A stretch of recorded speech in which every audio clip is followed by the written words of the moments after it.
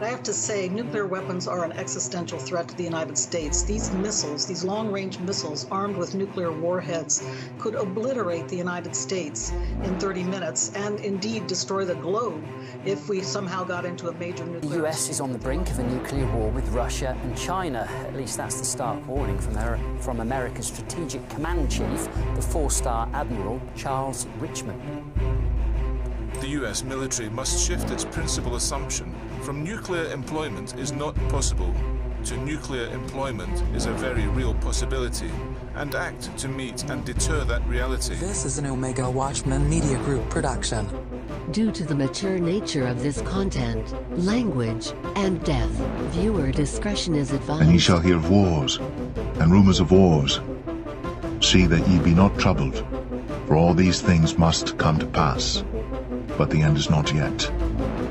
For nation shall rise against nation, and kingdom against kingdom, and there shall be famines and pestilences. But when ye shall hear of wars and commotions, be not terrified. For these things must first come to pass, but the end is not by and by.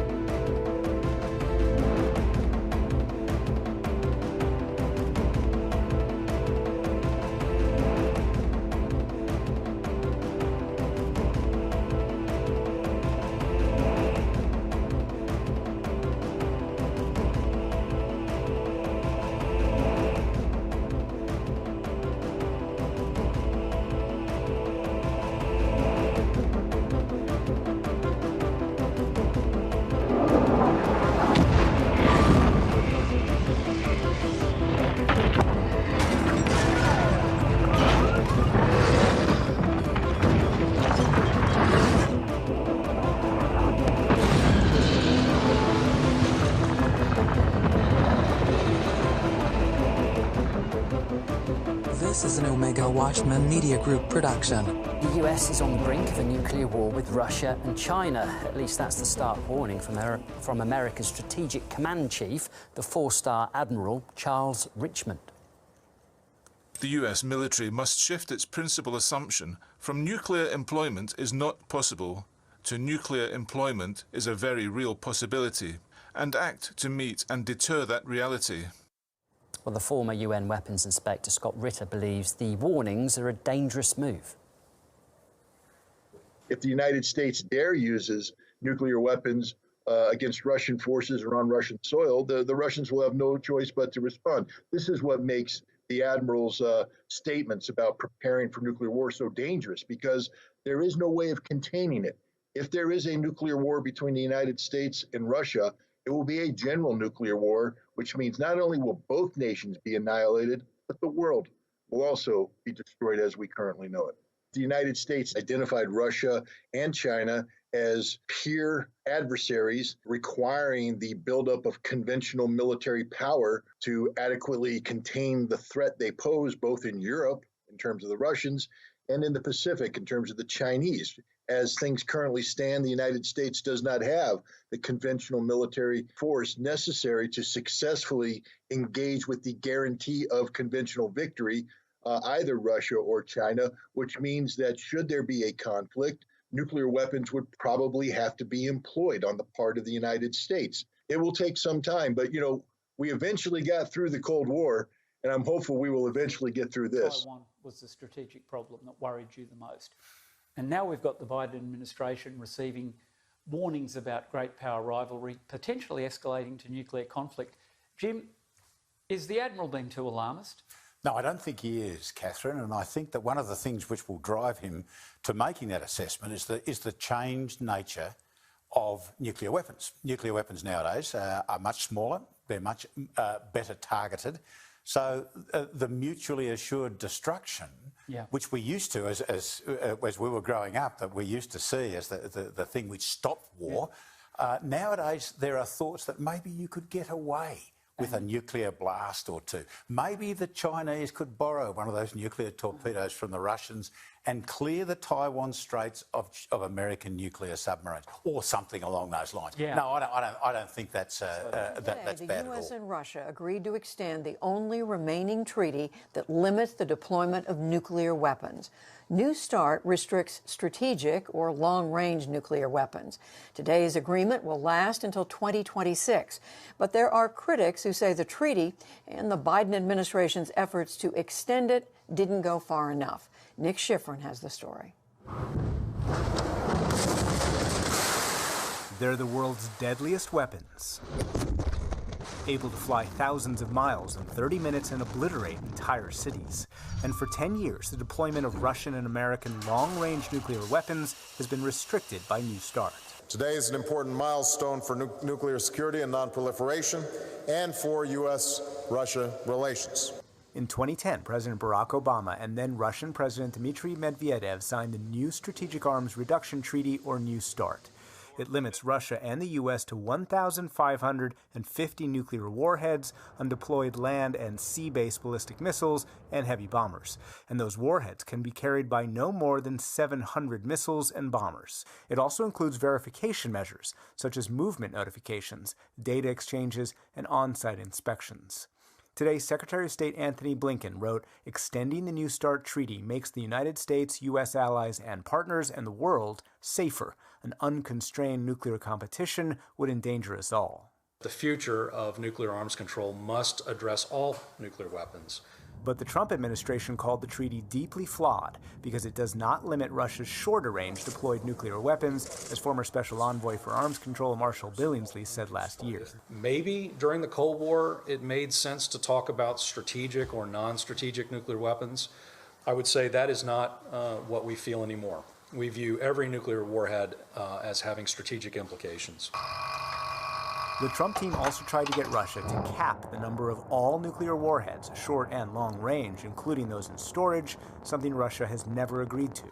And it sought to include China, as former Assistant Secretary of State Chris Ford told me last year. We think it's essential that China live up to its obligation to pursue negotiations in good faith towards avoiding nuclear arms races. Today, Ford told me the Biden administration should have demanded a shorter extension. I just think it's a bit of a squandered opportunity. We didn't have to extend it for 5 years. We could have extended it incrementally and used successive extensions as a tool of a negotiating strategy for dealing with the Russians and perhaps others.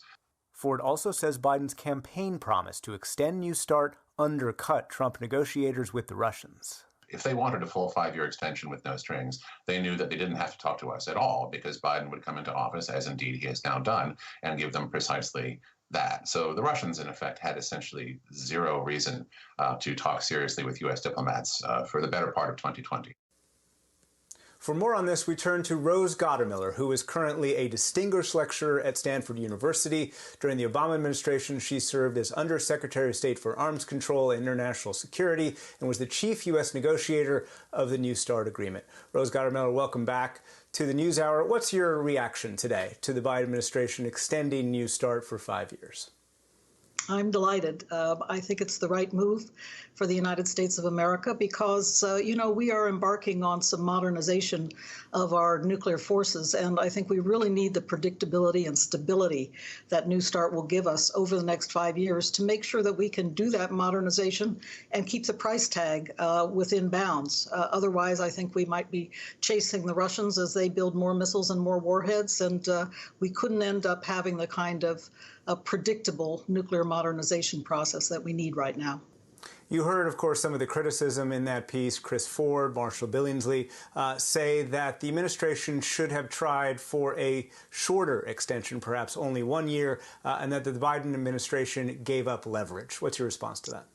The leverage myth. I do think it's pretty hilarious because, first of all, when President Biden came into office, I wasn't at all sure that he was going to go for a 5-year extension. There was a debate among his own team over that. People like Victoria Nuland, very well respected, have been saying that we should try for some leverage on this. I simply disagree with that because the Russians have been very, very clear for the last year plus that they don't want this treaty more than we do. And therefore, they were signaling that they would not be leveraged in this way. And so that's why I call it the leverage myth. I just don't think it would have happened. Do you think that extending New START by 5 years, one day after Russian opposition leader Alexei Navalny was sentenced to more than 2 years in prison, just a few days after the Russian security forces arrested thousands of protesters on the streets of Moscow, sends the wrong message to the Kremlin? I have to say, nuclear weapons are an existential threat to the United States. These missiles, these long-range missiles armed with nuclear warheads, could obliterate the United States in 30 minutes and indeed destroy the globe if we somehow got into a major nuclear exchange with the Russians. So that kind of existential threat means, to my mind, that we have to keep working these problems.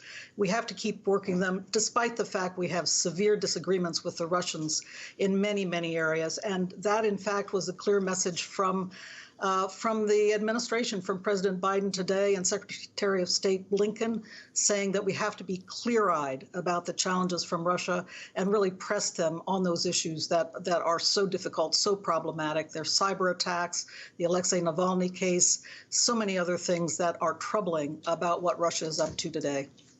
We saw in the story some members of the Trump administration negotiating team.